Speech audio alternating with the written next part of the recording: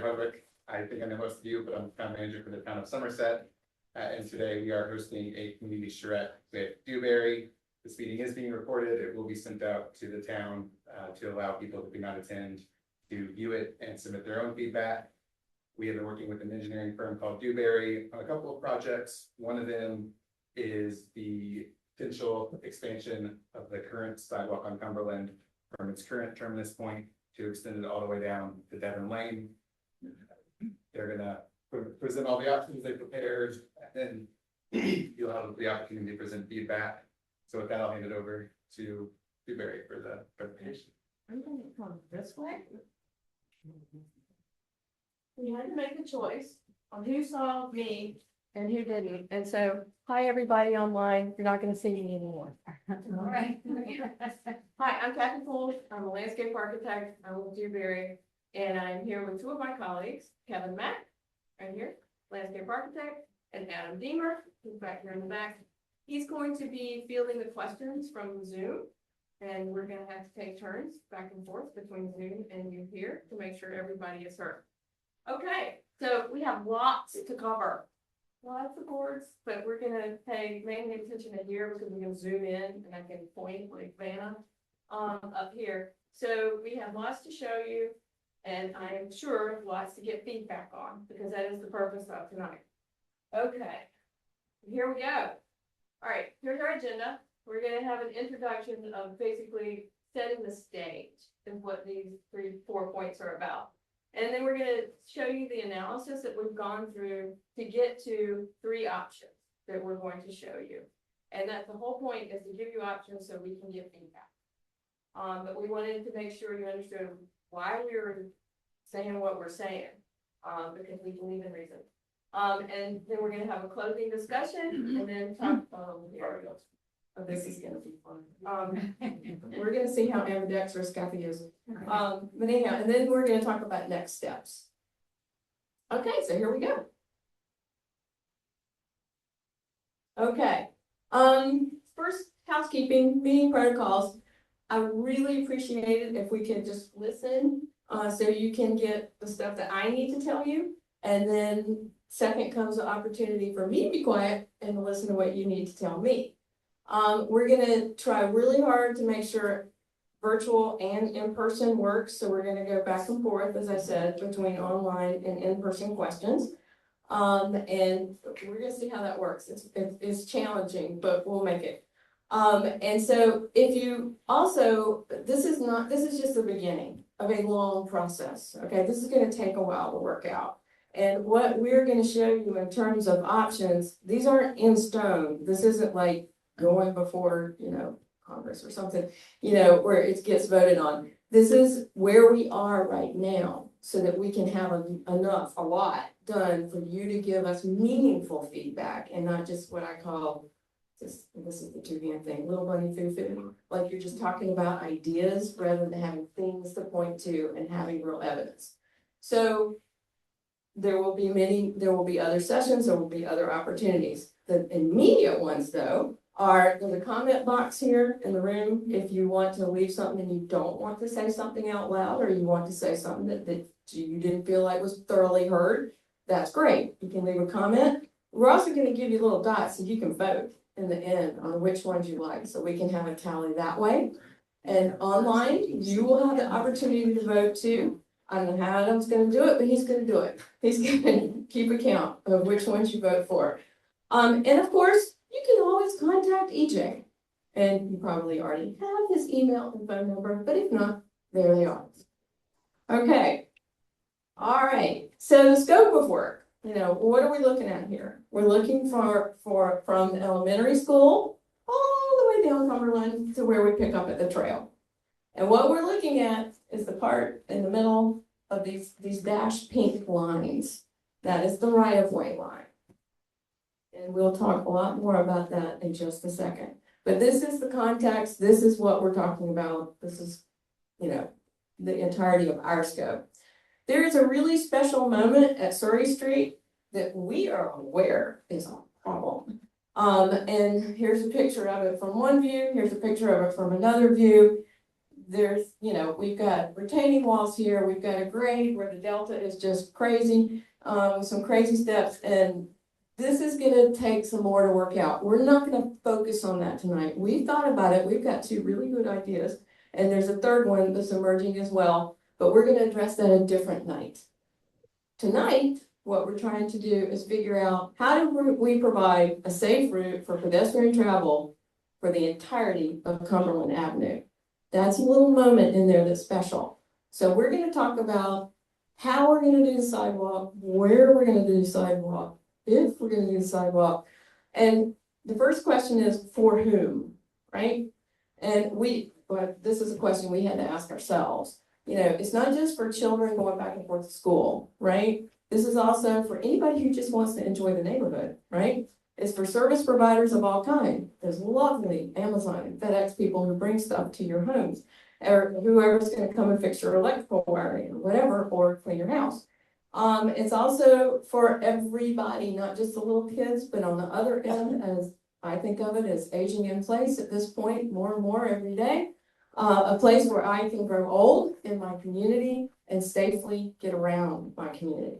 So it isn't just for, me who on most days can walk pretty well, some days, not so much. And for people who may have mobility issues or sight issues, you have to think about everybody in the neighborhood. So that's the for whom. Then the how, and this is where things get picky. So we have to make sure there's a distinction between a vehicular path and a pedestrian path and make sure it stays safe. And you guys have some issues with that right now, which you probably know. We want to make sure people feel comfortable, that you feel safe, not just that it's technically safe, that you feel safe when you're walking on that sidewalk. You have, and I'll point these out, we need to fix some fall hazards. You guys have some straight up fall hazards in your way right now. We also need to follow these long acronyms here. It's Americans with Disability Accessibility Guidelines, and this thing we call PROAC, which you're going to hear me say a couple times. It's a public right-of-way accessibility guidelines. And remember, we're operating within the public right-of-way here. And so we need to be compliant, it's a big word, with those guidelines for what we do here. We're not going to get into, you can go down some serious rabbit holes when you start talking about the techniques of this, but I'm just going to give you the overview for these for tonight. We also need to make sure you have emergency service access, because we can do all kinds of really cool things. And if that fire truck can't get to your house, that's a problem. If the emergency service, ambulance folks can't get to your house, that's a problem. So that is something that has been woven into these solutions, or possible solutions. We also need to make sure these are maintenance friendly. They need to be something you can maintain and things that aren't gonna, be a burden to the community to uphold. And we also, part of the PROAC, part of the ADA, and just you're part of a county, we need to make sure that you can get funding for the project. So we have to think about all these things all at once. And I just wanted to make sure everybody kind of had a brief list of, it isn't just about a sidewalk, it's about a whole set of standards and a whole set of considerations. Okay. All right, goal number 2. If goal number 1 was safety, goal number 2 is to preserve the charm of this beautiful neighborhood and this historic neighborhood. So number 1 for us is value the existing context. We can blow into neighborhoods, brand new neighborhoods. We can design anything we want. Not here. This has a context. It has an ethos. It has a sensibility. And that is what we understand we better, do our best to preserve. Just to make sure you understand. Lorax speaks for the trees.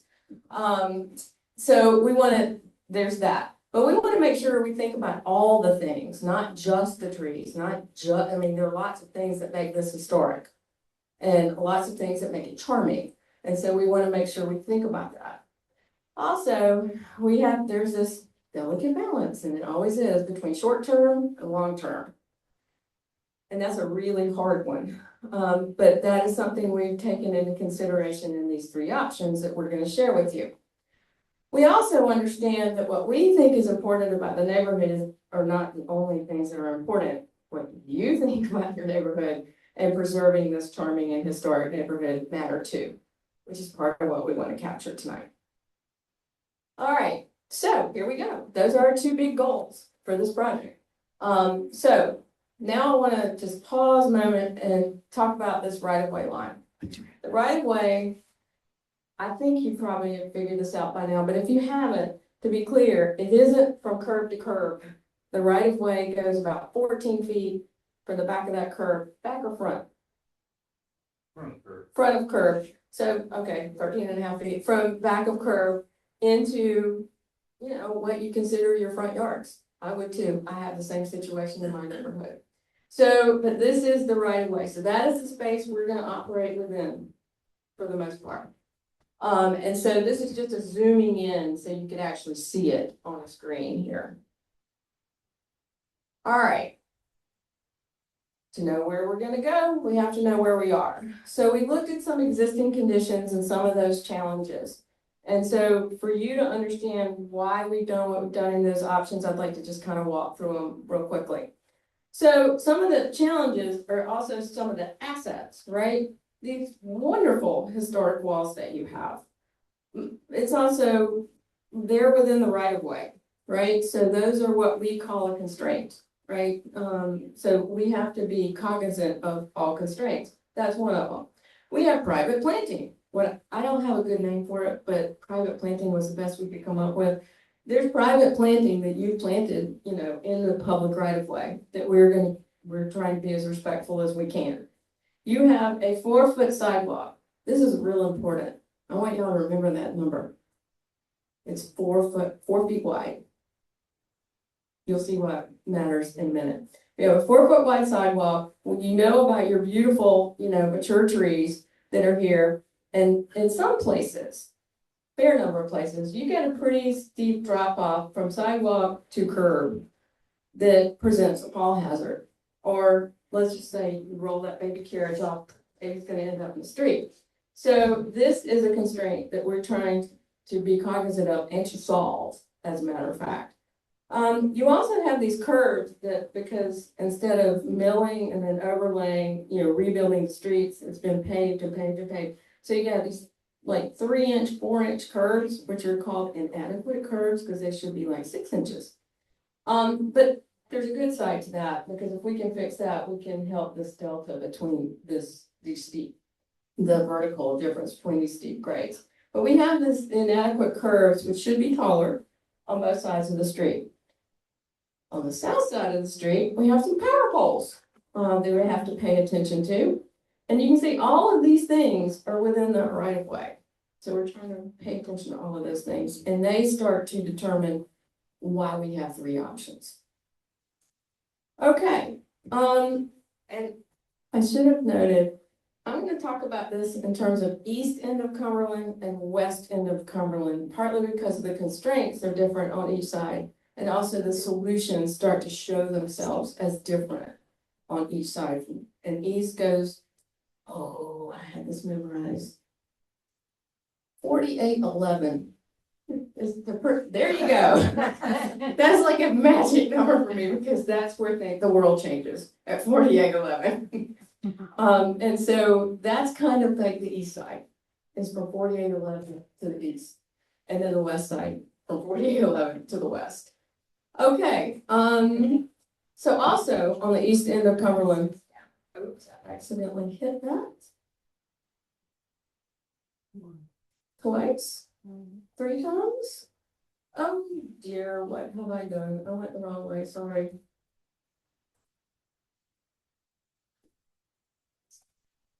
All right, there we go. I'm back on it. Sorry, I'm looking at the thing crooked. All right, so on the east end of Cumberland, yeah, I just wanted, we've got our power poles on a piece of it. But you can see here where I was talking about the steep grade from here to here. Sometimes there are trees there that maybe catch your fall, but sometimes not. And we also have, and it shows in this photograph here, your sidewalk is actually a tripper because it's exposed on the side. So it's basically you kind of got like this 4-inch step, and then you got your steep grade and then the street. So it exacerbates the unsafe condition that you already have. we're gonna fix that. Okay, so if we keep on, the summary of that is, this is called a constraints map. And it's here in the constraints plan. This one is a composite of east side and west side, east end and west end of Cumberland. Hi. Okay, and it shows you where these are the things we have to watch out for. These are the things that are important, but there are also some of the things that are constraining some potential solutions. So this is a map to show what those are, and this is what we use to show us, you know, what some of those are. Like, for example, here, which I don't have a drawing of, there's a really steep grade here. This is Surrey Street. And if we're thinking about putting a sidewalk on this side, it goes down real fast here. So this is something that we have to pay particular attention to. This is this intersection where we got some steep grades and some, you know, falling off, but we also have a fire parking zone. This is where the fire truck's gonna park. And so things like hydrants. So, and there are things like, you know, we've got retaining walls, those beautiful retaining walls, the historic walls that we want to pay attention to. So these are the things that sort of form the basis for the decisions that we make on what kind of solutions to propose. So if we go to the west end of Cumberland, these power poles are buggers. These are a challenge because they're curiously difficult. They're not 5 feet from the street. They're not right in the back of the curb. They're kind of 2 to 3 feet from the back of the curb. And so that makes this a challenge. We can get around it, but it's challenging. Sometimes we have these steep slopes that are really close to one of those power poles. It makes it even more challenging. Just like on the east side, we have private planting within the right of way that we'd rather not, you know, have to disturb. And so all of these things are things that matter on the west end of Cumberland. And we can talk about these in detail, but this is that summary for the west end. You can see these red dots, these power poles, you know, are the things that are a major obstacle there. I also wanted to point out these yellow squares with the dots around them, or rectangles, or whatever shape they are, depending on the property. This is where the private planting would be impacted. And we'll show you why that matters in a minute. In fact, of course, you like it. Okay. All right, so does anybody have any questions about the existing conditions? Not about the solutions yet, but just the existing conditions and what I mean and what we're considering. So you said it ends at Devon Lane. Devon Lane doesn't have, maybe this is a question for the council members. Devon Lane has no sidewalks either. So why is Devon Lane not an issue? There is no. It doesn't end It it. actually will connect to the trailer out to. It goes all the way to Little Falls, because he's at Devon Lane. Well, the answer to that question is, I mean, there's no sidewalk at Devon Lane, there's no, of course, sidewalk in other places in town as well. We've had to prioritize. So this question of looking at other streets will sort of have to come down the road. We will need to see what to do about the lack of a sidewalk, for example, in Trent or at the end of Warwick. So, but you're right, I mean, eventually we will need to look at the sidewalk issues elsewhere as well. But this is the initial priority that the Public Safety Committee and the Pedestrian Safety Working Group identified, primarily because of the traffic and the school access there. Thank you. Okay. Yes, you point out telephone poles, I noticed on the west side, I have flags showing gas line, so a sidewalk and gas line may not be the best of friends if the gas line goes up. The question, well, first of all, I misspoke. I started this habit and, you know, first time it's power poles, it's not telephone poles. But Yeah, telephone poles. yeah, but the question was about, you know, the gas lines and whatnot under there. We don't see those as a huge constraint. Those can be dealt with. We trust Miss Utility to locate those so they don't get, you know, nobody plows into them and they blow up or whatever. They are.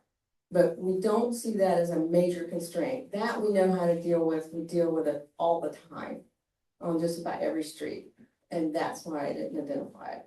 But you're right, they're there and we should pay attention to them because that would be bad. So I'm curious, and maybe I missed something, but what has inspired this, these proposals? Is there data on pedestrian crashes? Is That's there a very data good question. on falling off of the sidewalk or off of the curb? Please repeat the question for the audience. They just wrote up in the things. Please. repeat. Zoom. Oh, they can't hear. You must have heard that one. They can hear it if he's on, it's my. Okay. Does someone, this predates me. This is our job to look at this. I take it you would like to talk about? Well, I mean, we have had a consultancy called the Traffic Group. Did a survey in the town, was it over the summer? Summer. And they definitely have identified as risk. Now, there's no data for crashes. There's certainly, I've lived in the town 26 years. I don't know of any fatalities. But the traffic group definitely identified the fact that this is a through street for traffic coming from Drummond. There are school buses coming down that, as the absence of sidewalk there is considered a risk. And as I said earlier, the fact that there are other streets without sidewalks, other than Devon, all the others are pretty much dead end streets. This one, Cumberland and Devon are the two streets that are not dead end without sidewalks, I think. But there's no fatality data or crash data that I'm aware of from any of the traffic surveys that have been done over time, but we've had. Sorry? There have been no fatalities. There have been no fatalities. Can I ask a For 34 years? But I think let me just, I don't know if anybody's here from the pedestrian safety working group or the public safety committee. I think that the view of the public safety committee was that we're not going to wait for one to happen. And just because it hasn't happened, doesn't mean that there isn't a risk.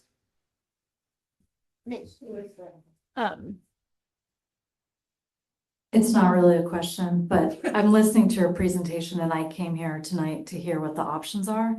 But before we get into it, if it's like 30 minutes understanding why the project is so complicated to do anything, I don't know what the format is for the rest of the discussion, but this whole listening to you gives me a lot of pause of like, how are trees not going to be impacted? How are power lines not going to be impacted?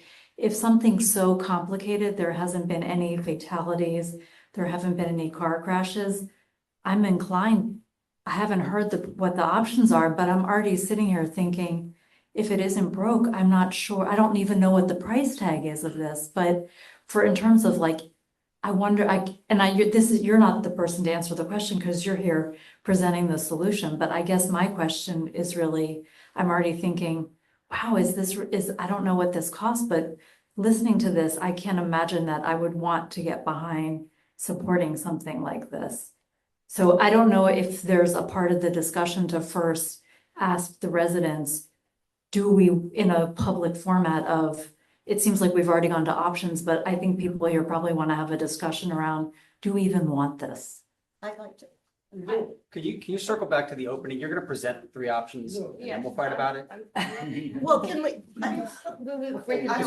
Could I jump in from the Yes. video here very quickly with a small request? I appreciated that last comment. If you could just identify your name and your street, because you are very, very tiny on our screens. So it helps us Jonathan. place you. I would be very grateful. And of course, this is Kabir from Trent.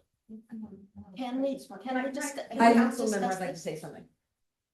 Okay, I'd like to say, Jamie, Identify, please. well, I'm Debbie Heller, sorry, I'm on the council. Your question is very valid, but I think tonight what we have to do is listen to what this is. And then you bring those concerns back to the council and we will listen, debate it, and figure it out. You mean can we discuss it tonight? No, tonight, Okay, was- that's not fair. That is not fair. well, we don't have time for that tonight. Tonight is to hear this, and then you'll bring it to an appropriate place. We don't need Dewberry here to then debate what our citizens want, don't want. We need to figure this out as a council. I understand, but can I, just for a minute? Sure. I'm 66 years old. My name is Vicki Gluson. I've lived here my entire life, except for college and a couple of years. I live at 4821 Cumberland, the red brick house. And I'm all for safety, and I know that step at Surrey, and I respect what you've done. I'm not trying to, hijack this, but I just want to get this off my chest. There's no evidence of even an accident happening. And you're talking about, this is all trees, we all have trees, Somerset's a tree city. We have to go through, a lot of steps if we want to cut down even a hazardous tree. Has the safety committee thought about either making from Devon and Dorset to Cumberland and Surrey a no-through traffic street? Right. And have they thought about adding speed bumps, lowering the speed limit? And so that way, only people who have business, the trucks, and live there go through it 24 hours a day. There's no reason not to do this. I agree with this lady. We're fixing something that's not broken. And if you guys do this and cut down all these trees, whatever side it's on, then the town has to rethink putting us through the ringer every time we want to cut down a tree that is dangerous. May I present a compromise? Yes. That we go through the three options and you give me feedback on those. And then in the discussion at the end of it, perhaps we then come back to this, what I hear as a fourth option. Okay. Which is not our charge, I right? didn't mean. No, that's okay. I'm not, I I'm think a looking lot at of you because I people picked up want the, to. Yeah. I'll look out at everyone. I think we can jerry-rig it that way. With solutions to what we were hired to look at and put in a sidewalk. And if we really do want your feedback on those. And then in the discussion at the end, we let this other idea of do nothing or do something else enter this. Is that okay with everybody? Yeah, absolutely. Okay, do you have an existing conditions question? No. Okay. Okay, Yeah, as long as there's no more delays, that is inappropriate for this now. I think we said we're not gonna debate right. questions and the people can express whatever views they Right. want, but we're gonna say we're not gonna debate. We'll give you the Right. platform. We're starting. It's not your fault. Did you have an existing conditions question? Yes, can you explain the fire truck situation? Is that proximity to the fire hydrant? The orange spaces, you say that's where the fire truck's gonna park? This is currently, the question was about, and that was from Billy Maloney, 4919 Cumberland, Billy Maloney, 4819, what did you say? 4919 Cumberland. 4919 Cumberland. Okay, and what are the fire, what do we mean by the fire truck parking? This is where there are yellow curves where the fire department has said they want to park their trucks. But that way, if they fire down the street, they won't be parked. That doesn't help me, my house We is need a older than that. turning radius also. And it's about the turning radius of maneuvering a fire truck, around the neighborhood. Okay, Can we just clarify something that school buses turn on certain, they can go with, is not correct information. okay, and the comment was that the school buses turn down Surrey, they don't continue down the rest of the street. Yes, sir, is it an existing conditions question? Existing condition. Okay. Agree with everything that's been said already.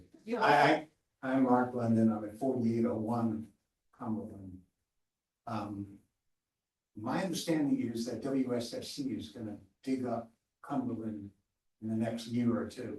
So we have to deal with that in addition to these, what I consider to be ridiculous proposals. So how are your options timed with this construction that we're expecting? You wanna take that? Sure.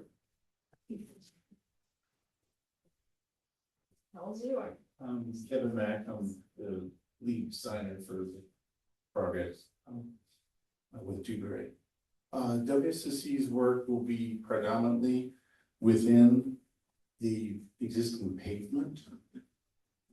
If they're replacing water lines, they generally put the water line about 3 feet away from the existing ones, so they can build them. They will do their best to keep it inside the pavement, which should not have a significant impact on the existing trees, other than any canopy work they need to do to further away. Because the tree roots are generally not going to be found under the pavement area. So the difficulty with this is that when you're talking about a sidewalk, tree roots go under sidewalks with very little inhibition. Under asphalt pavement, has a lot of loading traffic on it, tends to keep the roots out from underneath the pavement. So If I can just follow up, do Sure. you know what the scope and timing of the WSSC work is? we have not been informed of that Because yet. I think it's substantially greater than that. You look at all the markings in the street. Well, they have to mark everything. Yeah, they mark everything within 50 feet of where they're going to go. This is just a clarification. Oh, it's Joe Albert. I live on 4910 Cumberland, the West End. Yeah. In your terms of your scope of work, was your scope of work in terms of reference to start from your first statement about making Cumberland safe, and then looking at a variety of options to make Cumberland safe? Or did you go straight from there to, we're gonna build a sidewalk? And if you did look at other options, will you be discussing those? And do you have the data to talk about how many people go down the southern part of Cumberland? What is the car traffic? What is the pedestrian traffic? Are there periods of time when it's high frequency and others when there's nobody there? So the question is really, how did you get from your terms of reference to these three options? Okay, we were charged with what are options for putting a sidewalk all the way down. So that is our charge, right? Now, we do not have pedestrian counts or vehicular counts to my knowledge. We have factored in the lesser amount of cars clearly on the west end. And I'm gonna talk about that if I ever get there. I will. But first we had to look at what the sidewalk repercussions are. And tonight is partly about, okay, guys, if we put a sidewalk all the way down, these are the repercussions. This is what you have. Which then starts to open the door for, well, what else could we do? We did not do the in the street speed tables, that kind of thing. We were looking at provide an off-street route from one end to the other. With a tiny exception that the Surrey Street, a possible exception to the Surrey Street intersection, but that's another night. Okay. Okay. You didn't ask me if this was whatever the question. Oh, you asked me dear. about. This is a process question. Name? Oh, Jim Bellicove, 4811 Cumberland. So as I understand it, the traffic committee and the public safety committee were the catalysts for this project. I would respectfully ask that the residents be surveyed who are gonna be impacted from 4811 Cumberland down. As to All the what, way up if it's retaining walls. okay, all the way on Cumberland as to whether or not this is a popular or a project that they would support. Okay, that would be one of those alternative things at the end. Okay. Okay. But now we're gonna go, all right, I think we have that cleared up, so we're gonna go on. All right, so we're gonna look at three options. Sidewalk on the north side of the street, it should say only. And then a new sidewalk on the south side of the street, new being an operative word, only, mostly. And then three is a hybrid. And I'll explain why, any of these matter. Okay, so first we're gonna look at option one. sidewalk on the north side of the street. That means north side of the street. What I'm gonna explain to you about the east end of Cumberland is through all three of these. Because there's, in our opinion, very limited options. And we think we have a really good, we have the better of the possibilities identified. And so we decided that should cascade through. You'll see that cascade through. Because why rip that up and put a sidewalk on the south side, just to put a sidewalk on the south side, just didn't make any sense. So, so what does it do? What are the primary components for accomplishing these goals? We're gonna replace the curbs with full height curbs instead of these little dinky 4-inch curbs. We're gonna replace the sidewalk on the east end, and then add a new sidewalk at 4811, on down to the west end. In other words, nothing would happen on the south side. Here. And so let's walk and keep the northern edge. We're trying to keep it, instead of having it lead back and forth, we're trying to keep it as constant as possible because that's better for visually impaired and just better for all of us actually, in general. So let's walk through that. All right, key features.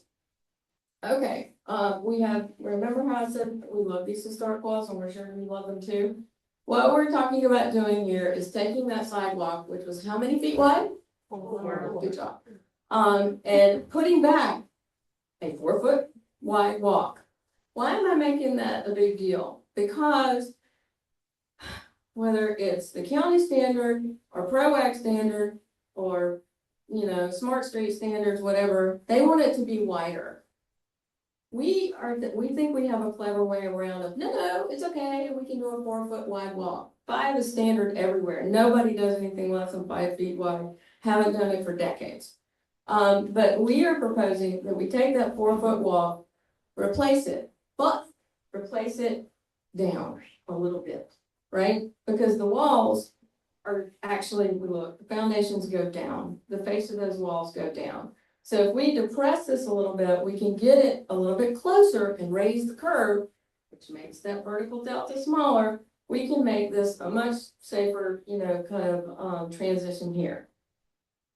It doesn't mean that some of the trees aren't going to be impacted by the new curves. I understand this. And we're also, in all of these solutions, it's plant. Okay, so what do you do to get around this ProAct? Remember that, public right of way acronym, and American Disabilities Act, guidelines. Well, we can't, if somebody comes up with a better word, please let me know. But we're calling these niches. And so basically about, what are they, about 120 feet apart?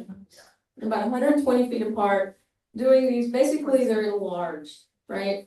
And they might go all the way to the curb so that people can pass. You can have a baby carriage and a person and they can pass one another. And that would enable us to kind of not get around the rules, but accommodate the rules and be compliant, which puts you eligible for funding, to keep your narrow, quaint 4-foot wide walk. And so that we're trying to minimize impact as much as we can. And by having these niches, we think that's a way to do it. And solve some of those, exposed sidewalk, problems by replacing it and making sure it's flush with grade and making sure the grade's flatter than it is right now. So the 6 inches would be, the wider part would be between trees? Yeah. Okay, so that's on the east end. So for the west end, where there is no sidewalk, we're not proposing that we do the same condition that's on the east end. Why? Because that involves more impact. We are saying, nope, let's put, I'm not sure we can get away with anything but a 6-foot wide walk. It maybe, I'm looking at Kevin 5, but whatever walk we do, we put it against the back of the curb, right? Not have some kind of planted or grass verge or whatever in between the two, because to do that just pushes it further into that right of way and causes more impact. Can you define front and back curb? I don't know which angle you're This talking is the about. front of curb. Okay. Here's the back of curb. Okay. Thank you. I forget these things sometimes. And so the sidewalk would be, if you're in downtowns, you see this all the time, where the sidewalk kind of rolls into the curb, which also makes it easier to get in and out of cars, and you have parking up alongside here.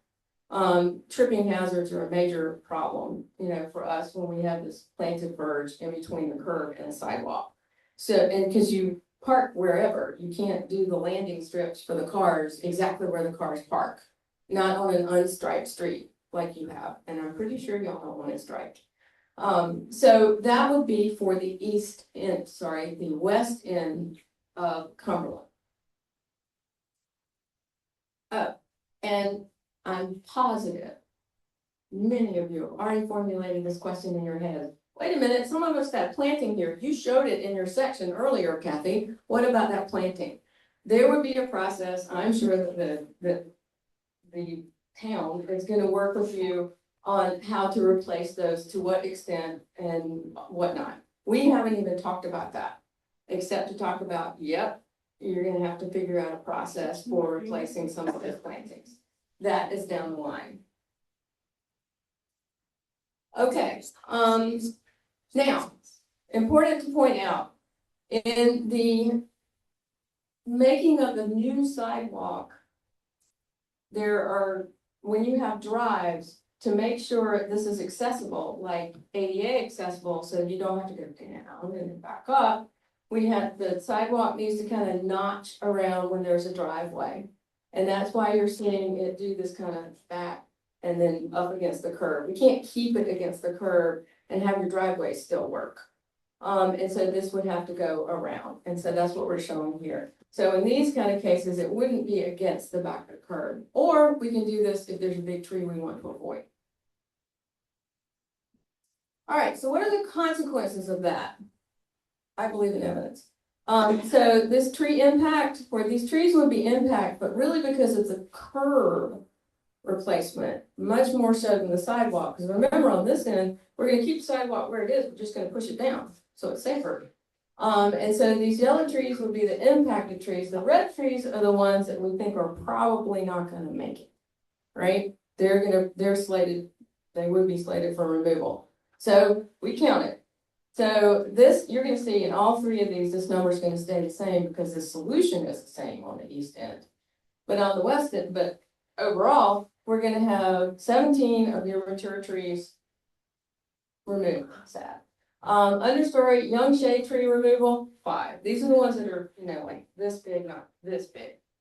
And so, and the shrub impacts, we took account of how many people have properties where you planted shrubs up to the walk inside the right of way, how many would be impacted? This is 16 properties. We did not do a plant count.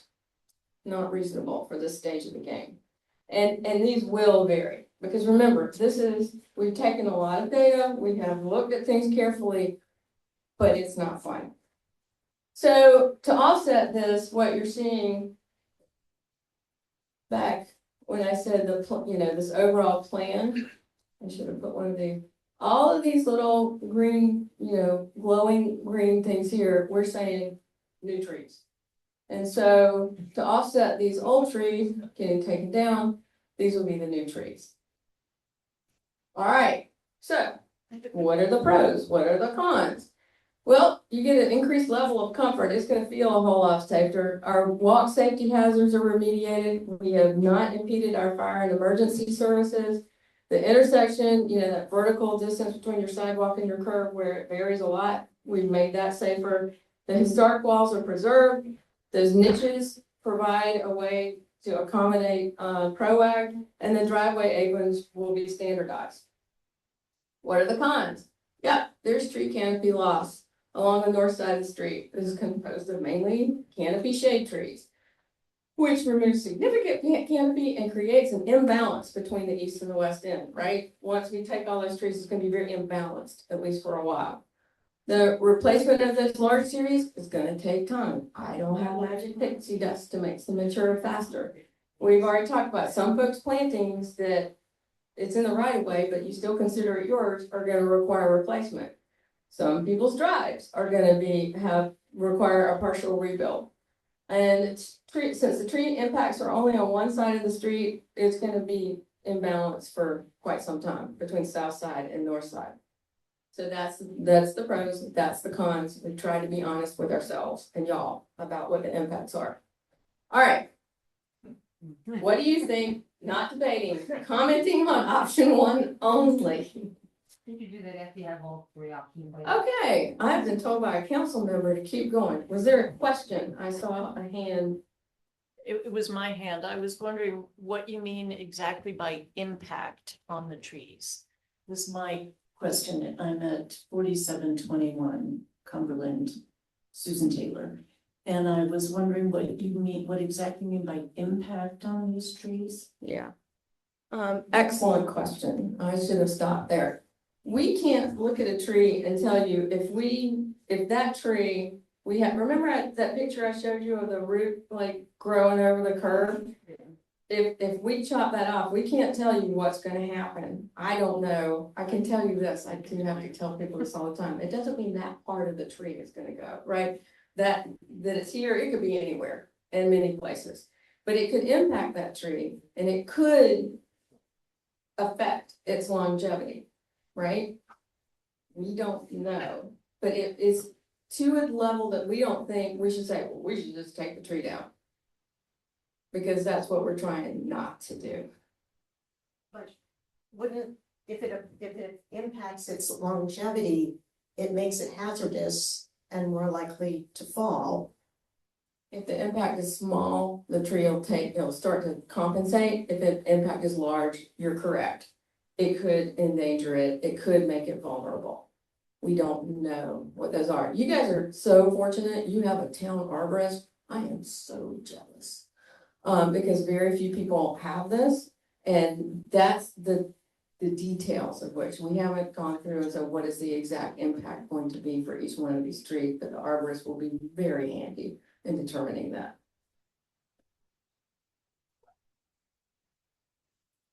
Paige Woodley, 4922 Cumberland Avenue. Do I understand correctly that on the lower half to the west end, on the north side, there will be only concrete and no green strip between the curb and the sidewalk, and that you will also be removing all those trees, so we will have far more concrete, asphalt, whatever, hardscape, I guess is the correct term.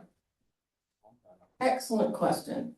We chose to look at one option for the north side of the street because we have found in these feedback sessions, more than 3, it just falls apart. I mean, it's just too many to absorb.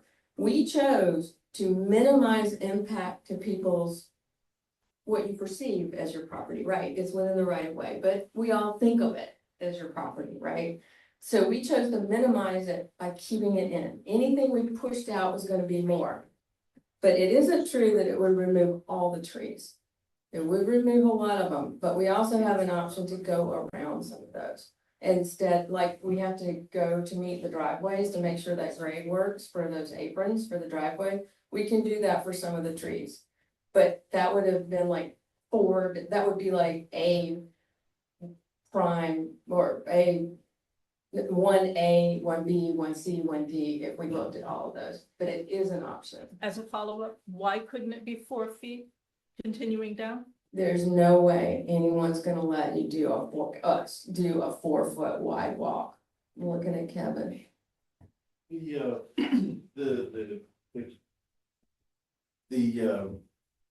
rules that were enacted by the Justice Department as the adjunct to the ADA, which they call PROAC, which is public right of way. They require a 4-foot minimum sidewalk and a passing zone at a maximum separation of 250 feet between passing zones. It has to be 5 feet wide.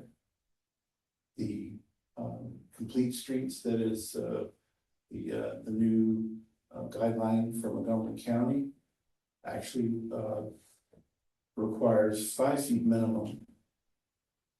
And they have a preference for 6-foot sidewalks within urban areas. Then why can you make them 4 feet? Because the PROAC allows a base of 4 feet as the absolute minimum, as long as you provide the passing zones. And in a retrofit condition, we don't want to go through here and just bulldoze it like it was a brand new cornfield development. We're trying to make it mesh to the best ability. Okay. I'm gonna play devil's advocate to that. Why on the west end, because that is weird, I have to move away from somebody. I mean, that speaker. Why on the west end can't we make it 4 feet wide and do our passing niches, they just be in the converse, you know, every 120 feet or whatever, like we're doing on the east end? That could be done. Yes. There's a lot of other issues that get involved with the the other reason why we're looking to pull it close to the curb is because even though we don't have the retaining wall issue we have on the east end, you still have a lot of grade drop from the curb to the houses. And so the further back you put it, the more issue you're gonna have of making that grade catch up, because where the driveways cross the sidewalk, the width of the sidewalk, whether it's 4, 5, or 6 feet wide, has to be a maximum of 2% crossroad. It's dead flat.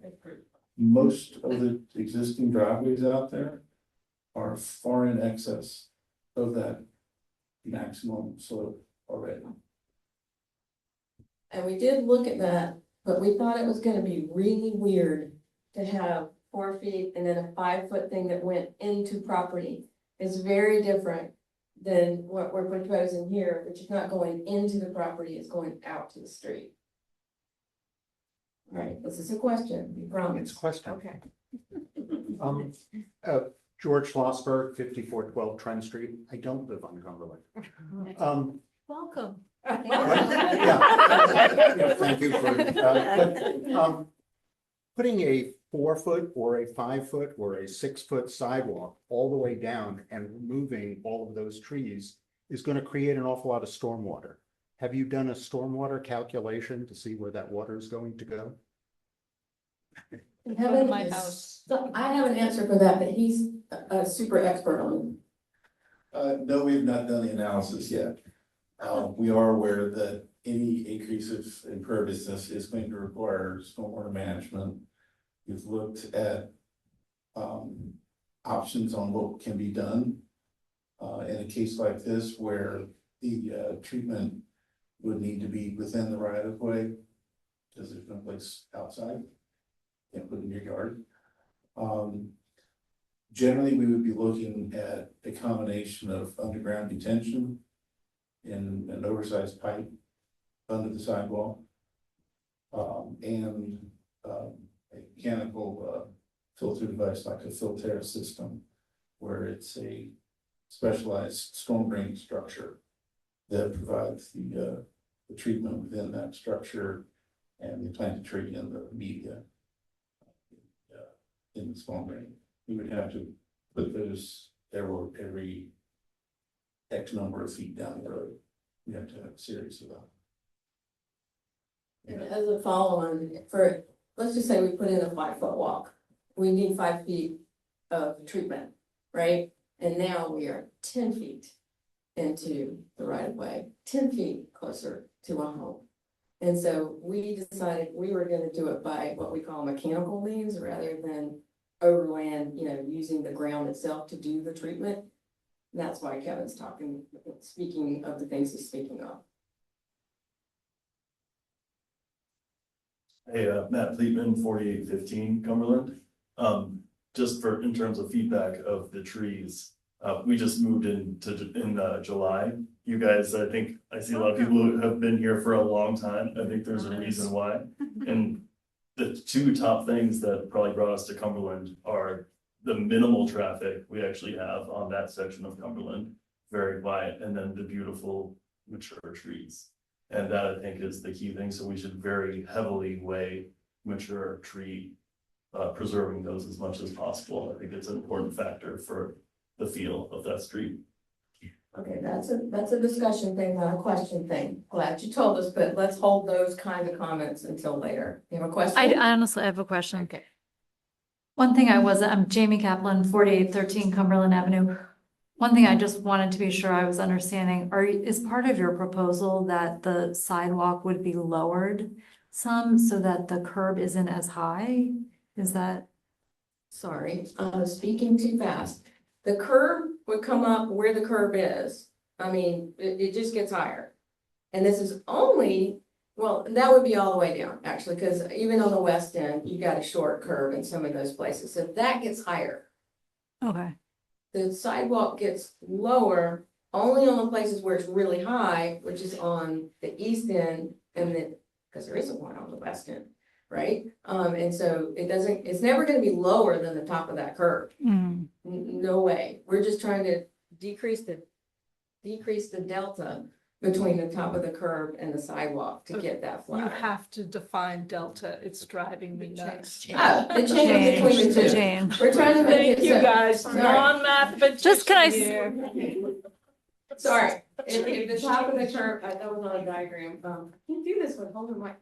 So we want the top of the curb here and the sidewalks here, we're trying to make it so the sidewalk is here, so the change between this sidewalk and the top of here is less than it is now and as little as we can get it.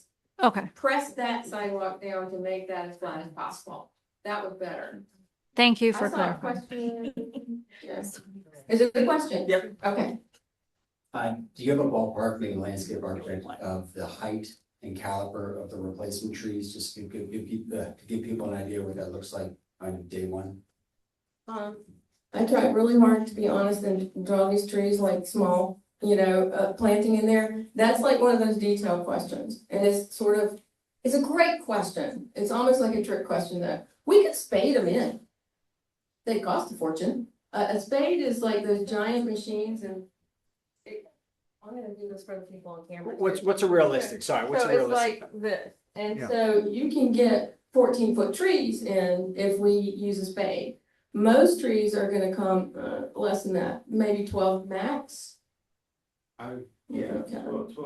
12 feet set planting are generally about 3 to 3.5 inch tall. Yeah. Diameter trunk. Yeah, and Anything over 3.5 inch gets very difficult to actually plant as well as being very expensive. the reason for that is that the root ball is, I'm in front of the camera, the root ball is so big. Once you get to a bigger tree, even, I root pruned live oaks that were 150 years old, but that's a really special thing. You can root prune them, but you can't root prune them when they're that young. And- So, And also, looking at time, a 2.5 to 3 inch caliper tree at planting after 10 years will have surpassed the growth of a 4-inch caliper tree to plant. Because of what we'll call transplant shock, which is because you cut more of the roots off of the larger tree. The smaller tree can recover from that less of a overall root loss. After 10 years, it is better to put smaller trees in than bigger ones. but not whips. But now, yeah, but we wouldn't put anything less than 2.5. That would be absolute minimum. I like 3 to 3.5 for street trees. I had a question. I think we are not to debate, so I'm not gonna debate or put my position that I strongly support the sidewalk. Because I'm one of the few people here with kids walking them to school and jumping out of the way of trucks and contractors.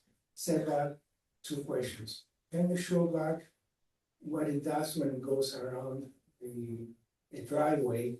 And what would be the maximum that it goes into the right of way?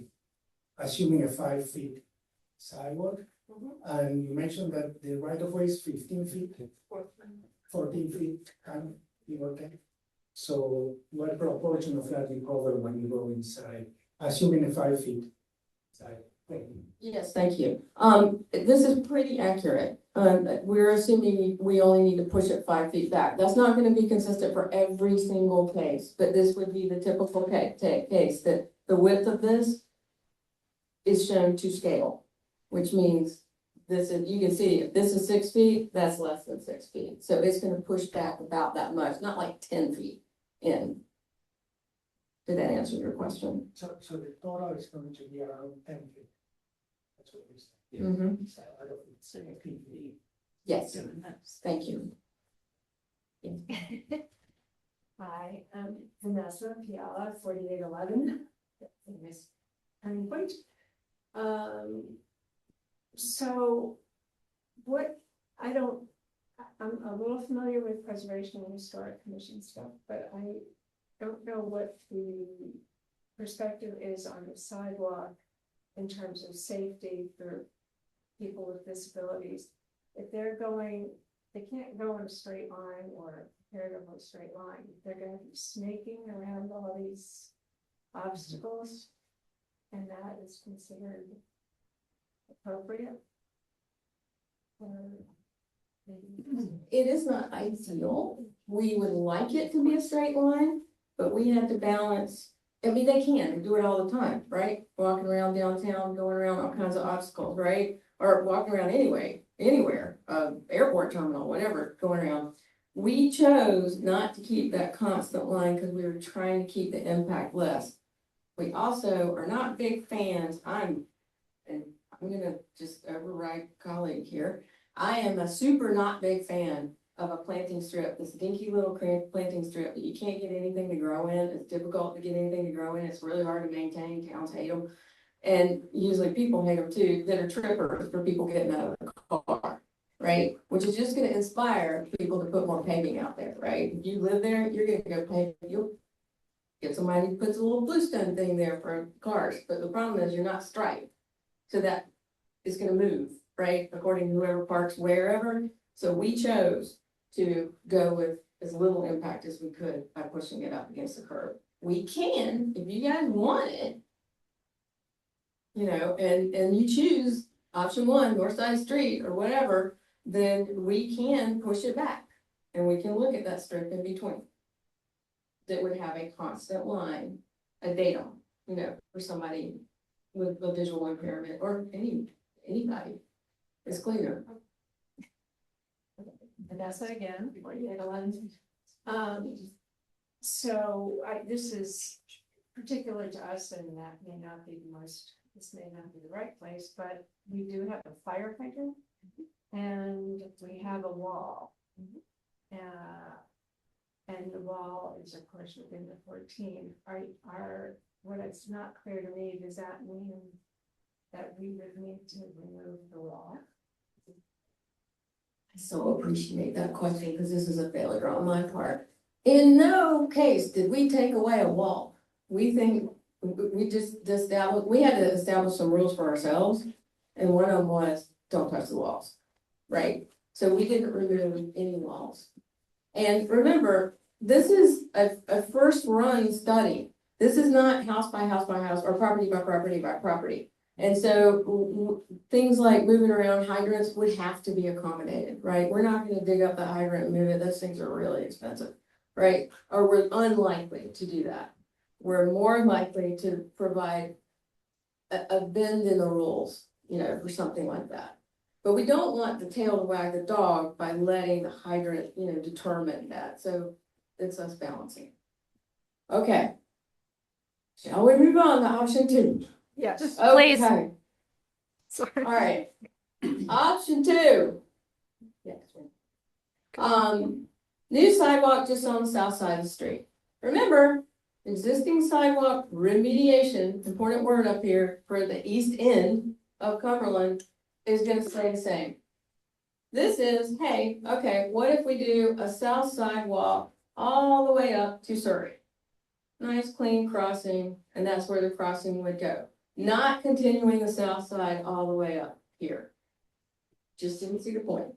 Let's use the sidewalk we have on the north side and bring the sidewalk all the way up to here. I'm going to point out 1, 2, 3 properties here. There's a big drop off really close to the edge of that curb, which would require that we say, I don't know, replicate the historic walls on the other side or something or other so people don't go tumbling down the hill. That's code. We're going to have to put a handrail, some kind of retaining wall, something to prevent danger because there's a rule about 30 inches. So that would have to be in this place only. But let's talk about the rest of it, the more standardized parts. We're going to replace the curbs with full height curbs, just like everywhere else. Option 1 treatment remains for the east end. We said that. New sidewalk immediately behind the curb. Same rationale as when we looked at option 1 on the north side of trying to keep it hold it to the curb as close as we can to not impact, you know, your private plantings as much as possible. So this is what it looks like in detail. Unfortunately, we got some power poles in the way, and we also have the same issue of driveways and meeting the driveway at the apron or behind that apron, right? So you're seeing the same kind of pushback, cross the driveway and then go along and go across. This one's got a double driveway, you know, right next to each other, and then go back to here. And you're seeing a little bit of a widened sidewalk section there because of the power pole, because it is unfortunately 2 to 3 feet back. I can't squeeze in a sidewalk, you know, in between the curb and the power pole. Again, face of curb, back of curb, sidewalk, flush. All right. Can I ask a question about driveways? So you will have to redo everyone's driveway on whatever side if this goes, you know, the apron. We were asked, the question was about driveways and redoing driveways. Some of the driveways they meet the grade very nicely, and some of them go down real hard, real fast, and they don't meet the standard of the county standard, right? And some of them do the opposite, they go up really fast, so they don't meet the standard. And we were asked to look at if those aprons were standardized, what would the effects be? So that is folded into this study of looking at that. Yeah, not all, not all. And we have not done a count of which driveways. That, you know, my tally at the end, that has to do that. There's no reason to do that until we get kind of a general idea of, well, this one's off the table, that one's off the table. No, we're gonna take this idea from this one and this one from this one and do an option 4. Before we get to that stage, because that requires that we do all kinds of, it's very detailed grading to see what the effects would be. Grading is when we're looking at how do you manipulate the land. It's a lot of math. Are you saying the south side at the top of Surrey where you said it dips more is it's steeper than the north side? Oh, okay. In those, along those 3 properties, very much, it's an anomaly along the street. Okay, so, this is one version of what it looks like. Here is our face of curb, back of curb, sidewalk next to that, whether it's 4 feet, 5 feet, or 6 feet. And this is what, I tried to be honest here in my trees. That here are your canopy trees, here would be a new tree. You know, I don't like it when people try and fool me with the trees, either. So, oops. Okay, there's a, okay. And so this is what it would look like in some cases. In some cases, as you can see here, where we go, like say around this driveway or around the, you know, because we have to meet the grade, because otherwise we're not in compliance and it's a pain and it's a tripping hazard. We could go around, let's say a big tree, or go around, you know, some planting to go around there and leave that planting there when we notch back to go across the sidewalk. It also, I drew it in some sections and not others, it would accommodate the power pole in the way, which is, yeah. Oh, I'm sorry to cut that, it was too many inches. All right, so here are the statistics on that guy. You can see this one stays the same because the east end is the same. We would have fewer shade tree removals, more of the younger tree removals. We got 9 properties where your shrubs, the private plantings would be impacted. And we got 3 walls that would have 3 properties that would have new retaining walls. And what we are showing here, and this could be different, is 31 trees to replace those. Or more. I saw, yeah. Thanks, and this is rename me for, yeah, I was Riley, it's from 14 in Cumberland. When, and I don't know if this is resolved already, but when you go through the driveway, you replace the material of the driveway, that's the idea? Okay. Phyllis Wiesenfelder, 4812 Cumberland. When you did this schematic, did anybody look at what happens to that side of Cumberland when it rains, the few properties, including mine, that have sloping front yards. Right now, they're turning into rivers, or they're gonna turn into swimming pools. So what are you gonna do about stormwater management? Can you tell me more about why it would turn into a swimming pool? I may not Because get- I get personally water running off from top of the hill. We put drain pipes and everything, when we get significant water buildup. It then drains into the log cabin front yard. So, if you ever saw the water that's coming through pipes in the stream, hitting some of our yards. So if you add a sidewalk, there's a real concern about how much more water that's gonna come into these yards. The sidewalk would pitch to the street, so it shouldn't do backwards water, right? Because we're trying to drain it. And streets, the way I think of streets is they're gutters, basically, right? That's where we send the water to send it out. We have an old stormwater drain system in our streets. Mhm. We're gonna do the right kind of paving stones on the sidewalk. It's not. The question was, are we gonna do sidewalks that would then end up being impervious? I'm sorry, pervious. I always do that backward. The pervious means the water goes through, right? Impervious means, nope, it's gonna run right off, right? And so Kevin's got his hand up here, so. Okay, just, briefly on stormwater. Yes, the sidewalks would be pitched towards the curb, so anything running off the sidewalks go into the street and will go into the existing system. That is one of the elements that we will need to study with any of the options, because we are increasing the imperviousness. We do have to meet stormwater management requirements. And so for the stormwater management requirements, we have to meet a net zero increase in runoff. How's that gonna I happen? would suggest somebody looks at what happens during rainstorm. Oh, Okay. It's a question, I promise. Jamie Kaplan, 4813 Cumberland.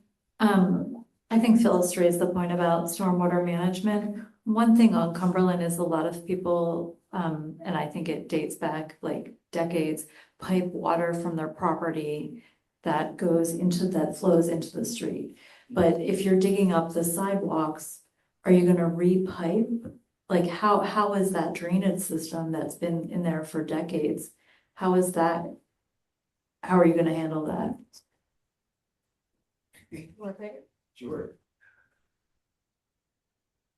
That would definitely be something we have to consider, the utility connections to the houses, water, sewer, and gas, as well as any storm drains that are coming from the houses back to the street. And it does become a complicated three-dimensional puzzle sometimes. But that definitely would be part of what we would have to consider, and how those connections are made. It may require additional storm drain pipes, along with all the other stormwater management requirements to provide adequate conveyance. Because it's a very old system that predated any kind of stormwater considerations. Maryland didn't worry about stormwater until 1974. And so anything prior to that, woefully inadequate generally. So that will be one of the things that would have to be part of the next phase of study. And I'm gonna put a coda on that and hazard what I think is behind the question. We're not gonna make it your problem and leave it, right? That would be part of the solution where we have that kind of situation. It wouldn't be, sorry, and left to the homeowner. We're required by code to have a net zero increase of stormwater outside of the storm drain system. But that puts the town at a lot of risk, because then if there's drainage problems and the town is responsible, that homeowner is then gonna turn to the town and say, my property's now flooding, my pipes aren't draining properly. And then that essentially becomes everyone in the town's problem. I guess I have faith in my engineers that we can solve that. I think Yeah. come spend a lot of time on Cumberland and see the amount of water that flows down that street. I mean, it's, there's a lot that starts at the top and comes all the way to the bottom. Well, but I mean, he said that we haven't done stormwater management yet, and that it will be looked at with any of these options right now. So obviously it will be looked at because we care greatly about stormwater management. But at this point, they haven't gone that deep. And so, you know, this is just to get initial feedback. It's not him. Well, again, this is more specifically, I think, for our house, but, and it may be why this original sidewalk stops, you know, right at the end of the uphill driveway. Our front yard also slopes on the north side, and so does that mean we would be putting at least the wall to prevent the water from, well, if there's a sidewalk added there, it's the same deal as on the other side of the street. Just, I think, just our house, if I'm not mistaken. Because after that, the curb levels off, you know, down the street. I can't answer what we do at every specific house, right? Like how you would solve that drainage problem. It might take particular solutions for each, you know, a property that goes down, a property that goes up. You know, it may require different solutions, right? According to what the particular is. We can't design house by, we have not designed house by house for this. These are broad strokes. This is the general idea. We are confident we can solve those. Okay. Adam, is there a question? I apologize to everybody online. I forgot to ask at the end of option 1, was there a question from the online visitors, residents? Did they have one? I've been able to answer all the online questions so far, EJ, will we you. be able to see the Yes. questions and responses later? Yes. Those of us here live, thank you. All right, question? In general, can you tell us how deep you have, for any of these options, how deep you have to dig? No more than 18 inches? Hang on, Kevin. The question was, for any of these solutions, do we know how deep we have to dig to make them work? Yeah, like. In general. Generally. I think it's 18 inches. Yeah, to put a sidewalk in, we only need to go down about 6 inches from finished grade. So because the grade is, in some places it goes up on a curve, some places it goes level, some places it goes down. The finished grade would be equal approximately to the top of the curve. So if you're going in a condition where the existing grade is going up, we would have to excavate down. It's generally going to be less than 2 feet, probably more than 12 to 18 inch.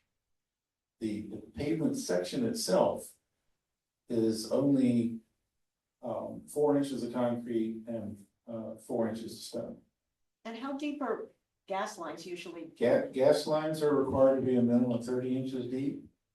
Electric lines for a minimum of 36 inches deep. Water lines for a minimum of 4 feet deep. Thank you. So yeah, we're well above those grades. Could you define your cutoff for mature tree versus smaller tree? Because talking about a 20-year-old tree, it's 20 feet high, that's one thing. And the tree that is on my property is this gorgeous 75, 80-year-old oak tree, which will definitely be cut down. It's the big one, you could see it right there. Across the street are smaller trees. That will leave an enormous gap in terms of foliage between my neighbor and 3 doors up where the next round of larger trees are. Yeah. So are you talking mature tree 20 feet tall or 40 feet tall or 80 feet tall? I did it by caliper, just to make I mean, I could have done like a really fine grain analysis, but it just didn't feel like the appropriate thing to do for this first run of, so I kind of did a 5-6 inch caliper rather than height. It's really hard to estimate height, so, yeah. Yeah. So my tree, which is this big. That is a mature tree. Yeah, so, if anything, I erred on the, I don't know, more conservative side of what is an understory tree is a young tree, right? And behind that was what is the canopy, right? Because that's really what we care about. Well, not the only thing we care about, but much of what we care about in this particular place. It isn't about carbon, it's about that canopy and how it creates a space over the street and over the yards, right? And when you have a closed canopy, you'll have a tunnel, right? So it was trying to assess, well, where is that cutoff of a tree? And I decided it was about 5 or 6 inches before it was starting to be a large enough canopy that I'm calling it mature, which is not mature really, right? Mature tree technically, botanically would have been a much older and bigger tree. I cut them off. Did you separate heritage trees and identify those? The heritage, no. I just assumed that was gonna be in the mature tree category, particularly because my cut was, my threshold was small, was low, I should say. Okay? Yes, ma'am. There was an article recently in the New York Times, I think. There was an article in the New York Times, I think. Maya Wheel from Dorset. About the variety of tree species. And that towns, new towns that have new plantings just have one type of tree. Not at my project, but okay. Alright, so that would be one concern about a huge variety, and I wouldn't want just all the same trees planted as they did in front of my property. When Palco cut down a bunch of trees, 11 new trees, and they're all the same. Yeah. I would be with whoever wrote that article. As a matter of standards, you know, we don't plant monocultures anymore. And it also, and the tricky part is when you're working with a neighborhood, and I do care about context, and they've got all, I don't know, it used to be elms, but they've got all London plane trees or whatever. And you're just, it's a fight, or it's a challenge. Guys, you can't just plant the same thing back again. If one thing comes through as Dutch elm disease or whatever, anthracnose, whatever it is, you lose them all. And we have to do a variety. So that's a standard practice, no matter what. I can guarantee you with me and Kevin, if we're still around and, you know, on the project, that will not happen. Because we understand, you know. Okay. I'm gonna stay with the politics. It's just, we know we need variety. We know we need backups. We know there's sort of an immunity built in if we do that. Okay. Option 3. Option 3. Oh my goodness. Good job. Okay, so option 2. We're just gonna close this down, okay? Last thing I want to be is boring. Okay. All right, so the tree impacts, at least on this one, are distributed between the sides of the street because they're not all on one side of the street. But everything else from here now, same pros, cons, you know, they're pretty much the same. We got replacements of large trees. It'll take time. Some folks are planting, private planting is going to be impacted. Some drives are going to require a partial rebuild. And then we have those retaining walls on 3 properties, and it does require crossing from the south to the north side of the street, which has its own issues, right? I'm sure you guys are gonna wanna talk about it. We're not gonna do that, we're gonna keep going. Okay, option 3, it's a hybrid. And this one actually is gonna go really fast because we're gonna do the same thing we've done in option 1 and 2 for the east end of Cumberland. We have this little piece right here. This is why you're special, I know, 4811. We would have to extend it to here and then do a crossing here. Why would we do that? Because instead of, you know, having to build retaining walls and going all the way up here, there's a natural low point and it's right there. This street, oh no. 4813. Sorry? 4813. You know, that's you. I'm the house where the sidewalk ends. You're the house where, well, 4811 is here, you're 48 13. So this is, It ends up what- in that so this is the log cabin house right here. And so there's a natural low point, like right here. And so this makes a lot of sense, of a place to cross. Now, we could cross here, that was option 2, but we wanted to consider, all right, well, what if we got further, past the sidewalk and we cross where the traffic is lower than at a high traffic, crossing point. And that way we could, and very, very importantly, we could avoid maybe putting, those retaining walls, which are gonna be a very big deal, high impact thing on those 3 properties at the corner. So we looked at, well, what if we hold it back? And it distributes things across both north and south a little more equitably, I guess. And so there would be this piece all the way across your front yard, here, and then a little piece in front of your house, and then cross. And so, and I know somebody out there is real smart thinking, wait, oh, I forgot to tell you, and we're imagining this is like a speed table. Does everybody know what a speed table is? No. It's not the speed humps that, my friend who had a heart attack in the EMS, the traffic engineer had a heart attack, said, I'm never designing one of those again, going along in the ambulance. It goes up slightly and then it flattens out like for the whole car, the whole truck. It's that flat on top and then it goes down gradually so that you don't have those humps and take out your transmission and whatnot. We're imagining that here, and somebody here is thinking, well, wait a minute, how are you gonna deal with the drainage? We've just been telling you about how the water comes slamming down the street. There are ways to deal with the drainage of having a speed table. It would not be a dam, right? We just have to be intelligent about how we do that. Which was actually one reason why we tried to locate it adjacent to where the existing. Right, because there's also an inlet right there. So that is an intelligent place to do it.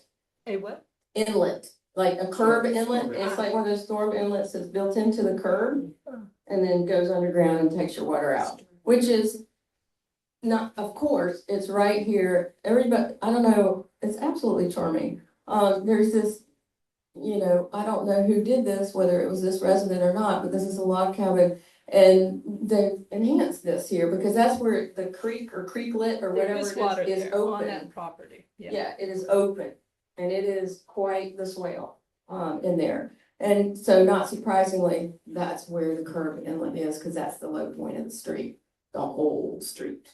Is an inlet different than a gutter? The gutter is, this is probably the microphone. Here's your street and then the gutter is the thing before the curb. The stormwater inlet is the thing that's built into the curb that goes down, like that raccoons come out of, and my dog is terrified of because she thinks they're gonna throw her down into there. So, because she's very small. But they're different. The gutter is just the depression along the side of the street. Y'all don't have a gutter. You don't have a gutter. Not really. We don't have gutters on our street? No. At the very bottom of Cumberland is an inlet. Some of the newer retrofit that's been done at street corners, you'll see what's called an integral curb and gutter. Where there's the 6-inch high curb and there's a 16-inch wide concrete that's flush with the asphalt pavement. But that's a integral curb and gutter. So that the water is flowing primarily along the concrete surface. It's a lot more stable and with infiltration of the water into the pavement. I'm gonna cut you off, Kevin, because he can talk about this for hours. Okay. When you get into the weeds with stormwater management, do you have to work in conjunction with the watershed alliance for the Chesapeake watershed? Well, that's kind of built in. You want to take this? I mean, we're not going to work directly with them. We're going to follow the law of Maryland, right? In Montgomery County, which I'm very proud to be a Marylander. I'm an import, but we have some of the most progressive stormwater laws in the nation, right? And so, particularly with regard to imperviousness and treating water where it falls. So that takes care of most of that. And so unlike other states, where, it's really about hydraulics rather than hydrology, which is what Maryland is about. So we wouldn't work directly with them, but we would be doing the environmentally constructive thing. Yeah. All right. I'm gonna take that as hesitancy and keep moving. Okay, so, I got into the details here probably a little bit early. So yeah, we've already talked about this, and what you can see is, your walls are still here. We're not touching your walls. And so this is where the crossing could be. Does it have to be here? No. Could it be?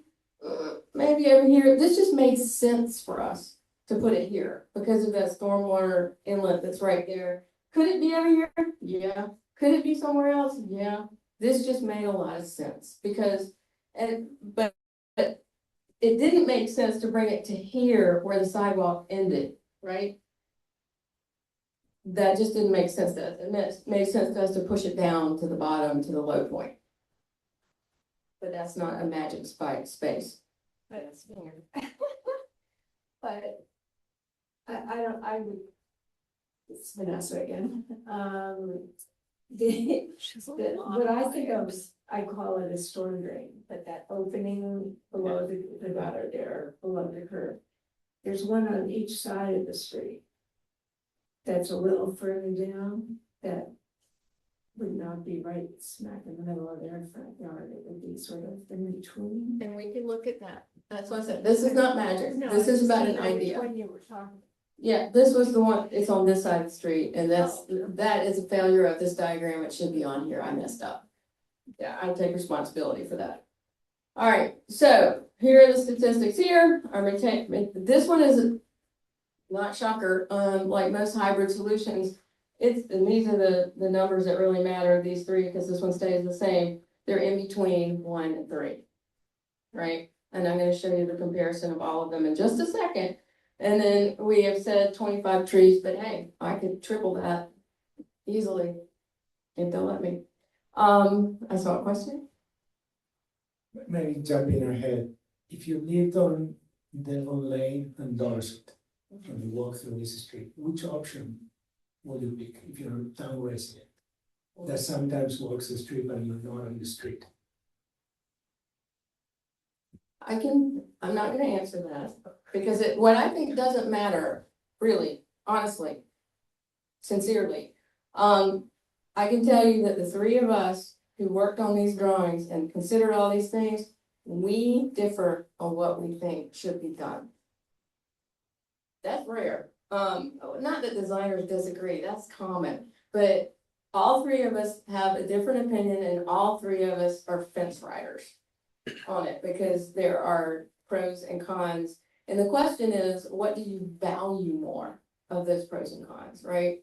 Because, we could do numbers. I mean, I had to have some kind of summary numbers, but at the end of the day, it's about which of those criteria do you value the most? And Adam values different ones than I do, and Kevin values different ones than I do, and Adam. But we also are not, so none of us are so sure it ought to be one. We can see different ways of going. Okay. So what are the pros? They're pretty much the same, except for these top ones. The need for the retaining walls is avoided, which obviously you can see was important to us. The street crossing is at a lower traffic volume point than at that corner. We thought that was a pretty good thing. More mature shade trees are preserved because the majority of them are on the north side of the street. That's just a fact. And then the rest of these are the same. And these are pretty much the same as option 2. It is a hybrid. Okay, so we're not doing that yet. So this was just, all right, let's do a composite of what these particular values that I could count, right? These are the things that at this point in the project I could count. And you can see these stay the same for the tree impacts. But, the north side only has more mature shade tree removal. That's because that's where most of them are. Option 2 has 10. This one has in the middle. The hybrid is in the middle, right? This is why we did it. We were like, okay, what if it's neither? It isn't either or, but both.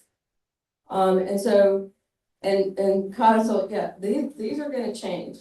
You can't, I wouldn't bet any lotteries or, anything on these.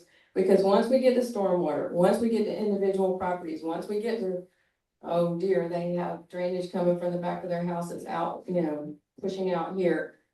It's gonna affect these. Yes, sir. Yeah, again, just trying to see what I'm missing a con.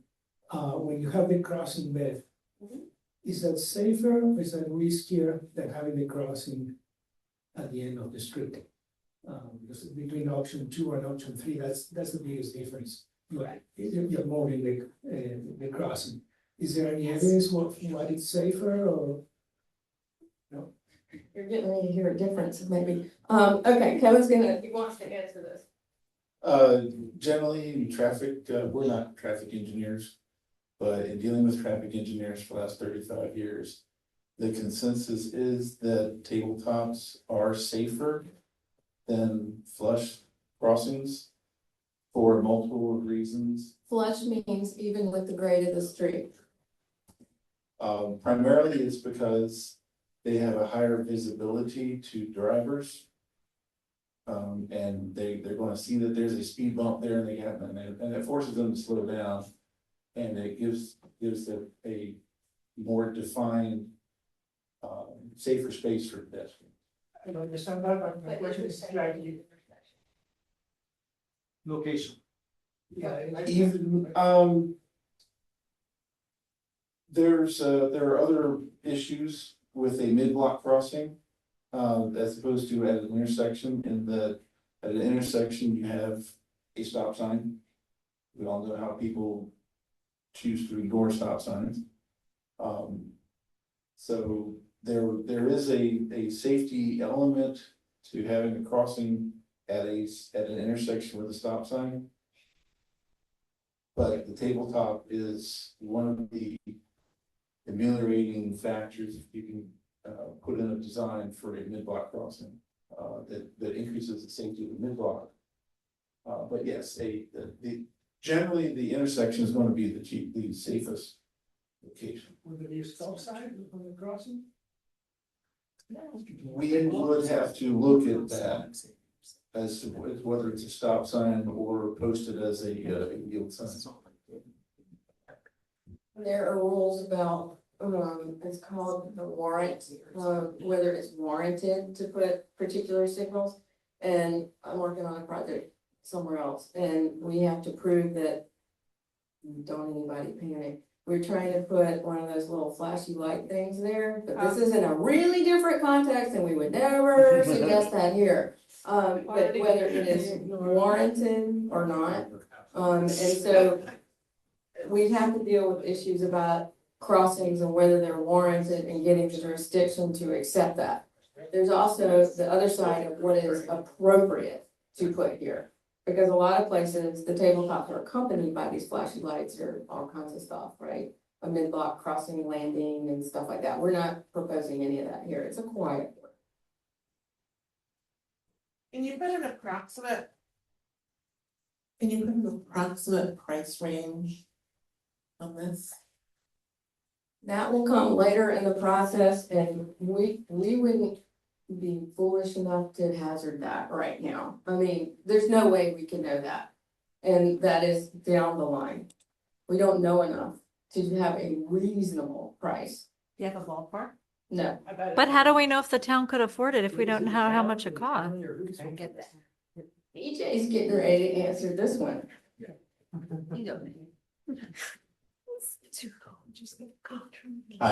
So yes, so Dewberry was able to provide a very rough kind of beginning price that is nowhere near final. If such a project for sidewalk extension was going to occur, they're currently estimating that it would cost about $283,645. That money the town does have, it would be covered through our American Rescue Plan Act or ARPA funds, which left over from COVID-19 stimulus. So the town does have the money, but it would be obviously a very big, the town council would have to decide to spend the money on such a project like this. And EJ, the number you just gave is just for Cumberland. Potentially, if the town were looking to replace all the 4-foot wide sidewalks, it would be multiplied by whatever, correct? Yeah. And the number, does this number include like any stormwater management piping, all the, this is just like putting in the side, the It actual. includes the demolition, the new sidewalks, the new curb and gutters, the seeding and topsoil, the driveway aprons, the asphalt cuts. Tree removal? And the earthwork, and the earthwork, yeah. But the stormwater is not included, so any of the drains, digging that you outlined? It's too early in design to know what storms are going to need to be provided, so it's nothing that we could really put a number to. Well, I understand, but wouldn't stormwater dwarf the cost of the sidewalk? It will be probably Also- at least 30%, 30 to 60%. I guess, Yeah, because since the existing storm drain system in the town is over 100 years old, it's probably going to take a significant amount of retrofit.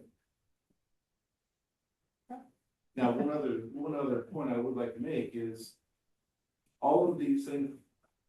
One other point that I would make is all of these things that we're talking about don't necessarily oh, have really? done It says to me, all time. All No, the time. different. This can be a phased project over X number of years. That's actually one of the things that we're looking at with the other solutions that we're dealing with throughout the town is phasing them as they can be afforded by the town.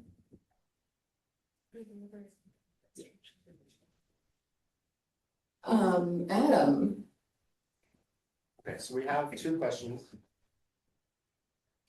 We have a question that asks, how did the challenges, including trees, retaining walls, you encountered in these designs compared to other relevant projects you've worked on? Is this significantly simpler or more complicated? This is complicated. well, no, I mean,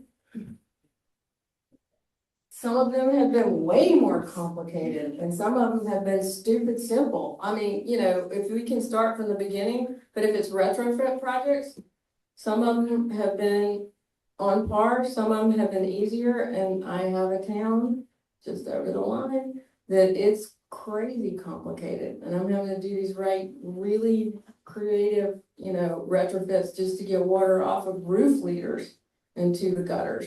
So it's way more complicated because there's way less space. So I don't have a better answer. And then the second question is David Brown asks, in option 2, can you list the properties that would be needing retaining walls and guardrails by the intersection? It would be retaining walls and or guardrails. There are a number of solutions. It's gonna be the one on, It's 4810, 4808, and 5820. And the address on Yeah. So the address on Surrey Street is 5820, and then the two addresses on Cumberland are 4810 and 4808. No, And that's just Phyllis, what about yours? preliminary. I mean, but it doesn't need to extend that far. It would be, It's the first three on the corners with the deep. The wall, there's enough space there that there wouldn't be the drop off that would demand that kind of retaining wall or handrail all the way down to the log cabin. the water. Remember, we're not dealing with water outside of the right of way. We're dealing with water inside of the right of way.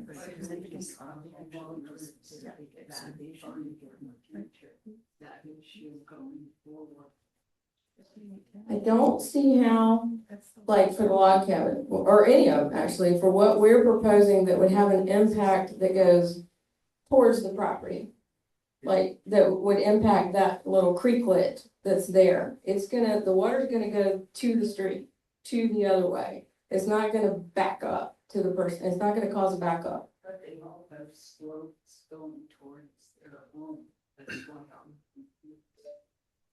I can draw that for you a lot better. So after this, I will draw it for you and maybe that'll help. Or maybe it will elucidate something I'm not understanding as well. You mentioned that it cannot be done in It phases. could make it better. Why can't we just do the west side of Cumberland, not the top side? Where there is an existing sidewalk. Just extend the sidewalk, not replace the existing one. Okay, so. I got 5. Put this off, put this in my pocket. Okay, now. I think that this is the beginning of, now what do you think, the discussion part? Before we get into discussion, there is one more. Okay. Another question came in on the chat. Go ahead. Can you bring over the microphone? Oh, Microphone, you're holding it. Okay, I have a second microphone. So, Kelly Swain asked, did we consider using some of the road itself to create more pedestrian options as you see done in some cities and neighborhoods? we did not show that. We thought about it and we are considering a little version of that at the Surrey Street intersection. That's one of our options, is to use a piece of the street another night.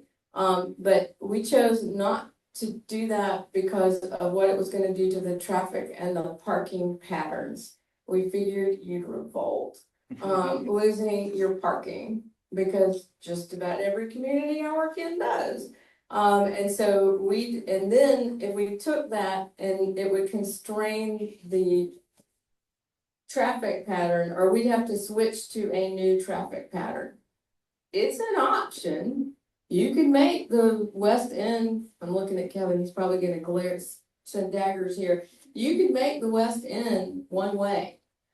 But we didn't figure you were gonna, no, you can't. No, No, you can't. No, you can't. There's no return. it comes down to the fire access requirements. Yeah. The fire access requirements require that a fire lane has to be 20 feet wide for fire vehicular access.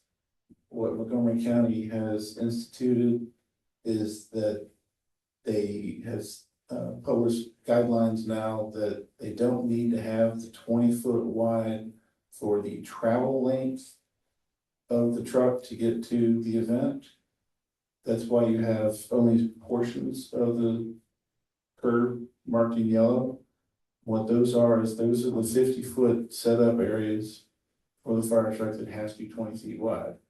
Existing streets out there are only about 21 feet wide. So there's really nothing that we can take away from the existing roadways and still meet the fire code. And we cannot violate the fire code. So that's why one of our first thoughts was, hey, it's just sidewalk in. But then it's like, no, doesn't meet fire code.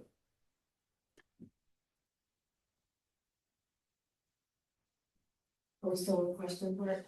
Sure. Billy at 4919 Cumberland, you had mentioned something about meeting ADA and that opening up the doors for funding. Is that on the table for for Somerset, or is that different kinds of projects?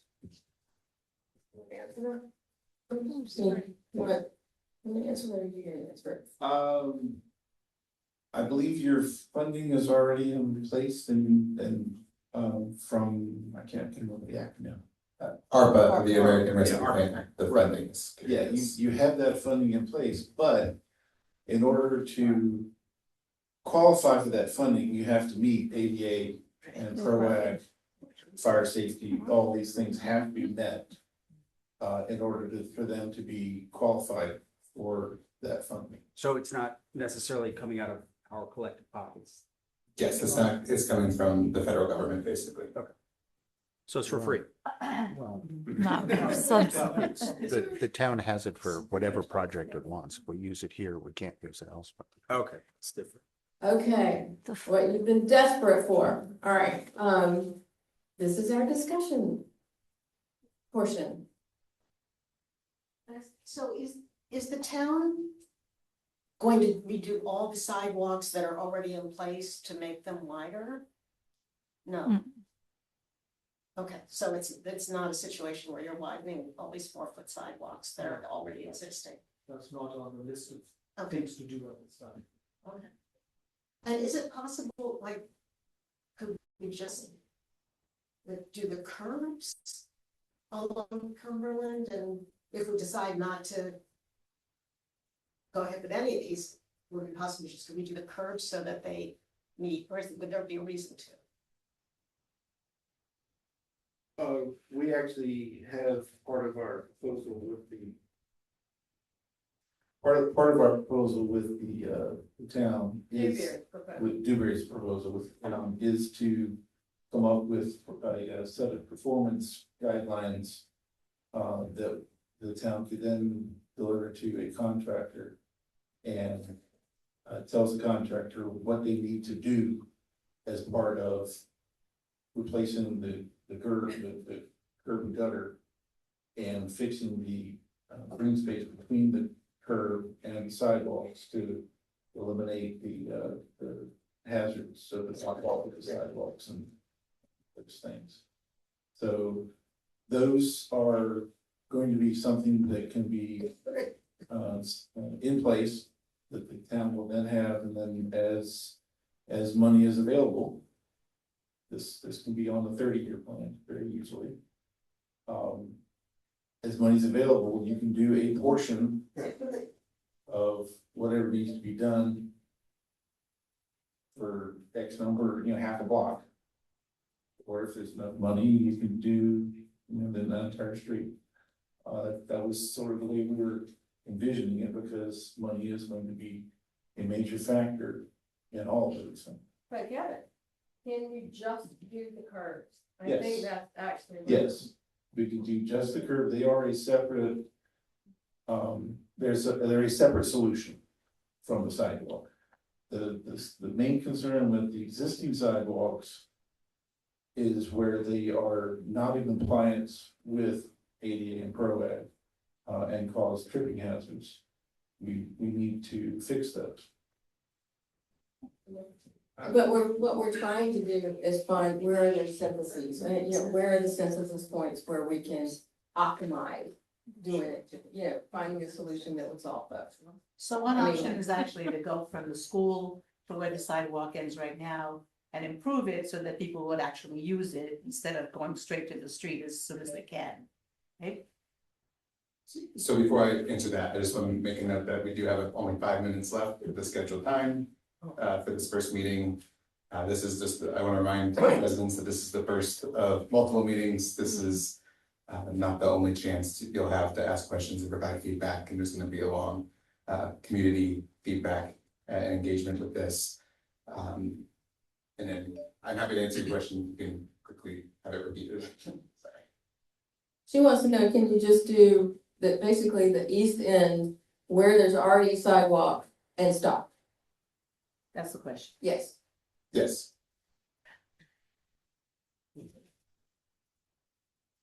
Jamie Kaplan, 4813 Cumberland Avenue.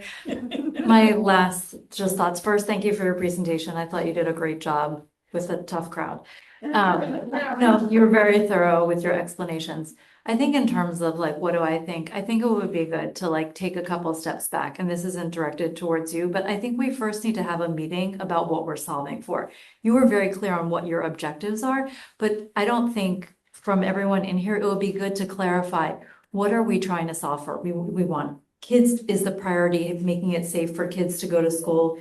Is it making, let's first understand what we're solving for. And then also, I think we need to have a discussion of what are the potential solutions, and for people, the residents, to be able to weigh in on what we think those solutions are. I think everybody wants kids to have a safer way to get to school. I don't think anybody who lives on the street or doesn't live on the street would object to that. But I think the main issue that comes up is stormwater management, and that we've already gotten to this point without really understanding.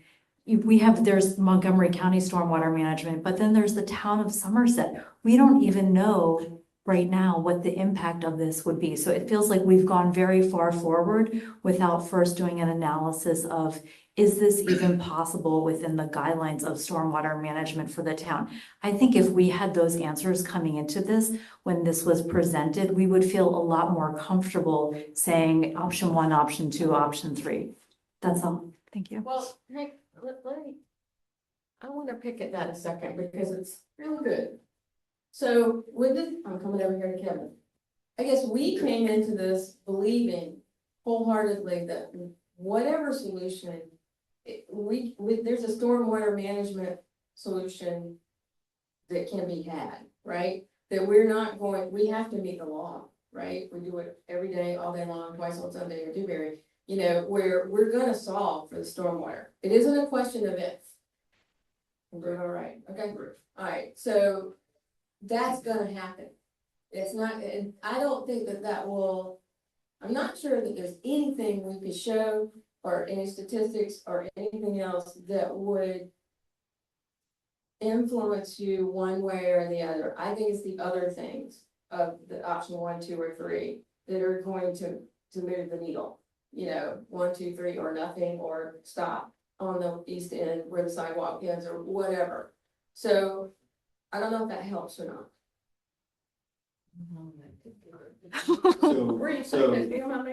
So just to roll that up, the guiding principles in Maryland, Montgomery County, and the town for anything to do with stormwater management and storm drain is what's called environmentally sensitive design, ESD for short. Where they set up the guidelines of how we do the calculations and what needs to be provided and where it needs to be provided. And within those guidelines, we have to provide the facilities that are going to satisfy those requirements. Those facilities as stormwater, there is no place readily visible or available within the right of way that would easily accommodate a surface stormwater management facility. In other words, one that you can see. Something you can see. We were looking at this, that once we looked at what was in the right of way and the space available, the surface facilities of a microbiome or a drainage swale or anything like that, it's not really something we can accomplish here. That means everything's gonna be underground. We didn't want to bore you with underground engineering details because we're focusing on what's above ground and what you're going to see. Very complicated. We only really have one time for 1 or 2 more comments. Alright. So figure out what problem we're trying to solve first is a good process. I don't know Let's go. I think just to come back on the stormwater management question. I don't know. I think That's the subjective. issue that I'm trying to, I fully understand the answer you're giving, but I think that the question's a bit different, at least for me. The question is, are any of these options very challenging stormwater management issues that would be very No one's expensive done for the the town to assessment. address? Yes. Short answer. Thank you for that short answer. Right. Layers of concrete. Stormwater is is nothing. It's Wow. digging up It's the so street. complicated. Okay, for the people asking the question we're trying to solve, there's plenty of research showing that it's a lot safer than bad sidewalks. The fatalities increased by about 70% when you don't have a sidewalk. On top of that, you have a lot of accidents. So perhaps the traffic committee will share that data. It's being done all over Montgomery County that has sidewalk. It actually can improve your health. It has also been shown that we have sidewalk people walking. So that's the reason we have been asking for this for many, many years. Especially the people, the petition was done by the people who walk the kids to school every morning. That's the reason, that's the problem. There's no consensus there, I have 3 young kids and I don't think we should go with anything up, and so I don't think there's no consensus. I didn't say that there was kind of For sure. consensus, but when you ask what is the problem that we're trying to solve, is very clear. Sure. But I think that that's where the data is important. It's safety, so we can share the data. But, I mean, just to be clear, I mean, the point Guillermo was making is, you cannot dispute the fact that it is safer to have sidewalks. Now, whether there have been accidents and whether they should avoid accidents or not, well, it's a proven fact that if you have sidewalks, it is safer for pedestrians. It is simply unsafe to have people and vehicles sharing the same space. That's the problem to solve. Now, I think the point everybody's making, that is the cost worth it? Are some of the problems too difficult to solve? And so on and so forth. These are all very legitimate points. I think these are things that we have to come back to and discuss again and debate some more. I think we have to get to the debate stage. And try to figure out whether that statistical fact that it is safer to have people off the streets and can be reconciled with all these complexities and cost implications of these complexities. These have to be sorted out. It is all the time we have for this evening. There will be more opportunities. This is the first public meeting. There will be others, especially because of such a spirited debate this evening. I want to let everybody know that tomorrow morning, a recording of this meeting, all these exhibits in PDF form, the PowerPoint, as well as some other associated documentation will be sent out, not only to everybody here, but to the entire town. And then there will be more discussion, more opportunities for community feedback. There's a comment box. Please email me. I'll be collecting all the responses together, and there will be more opportunities for comment. I want to thank you all for coming out tonight as we are in the early stages of this process. And I want to thank Dewberry for coming out. So I hope you all have a good evening.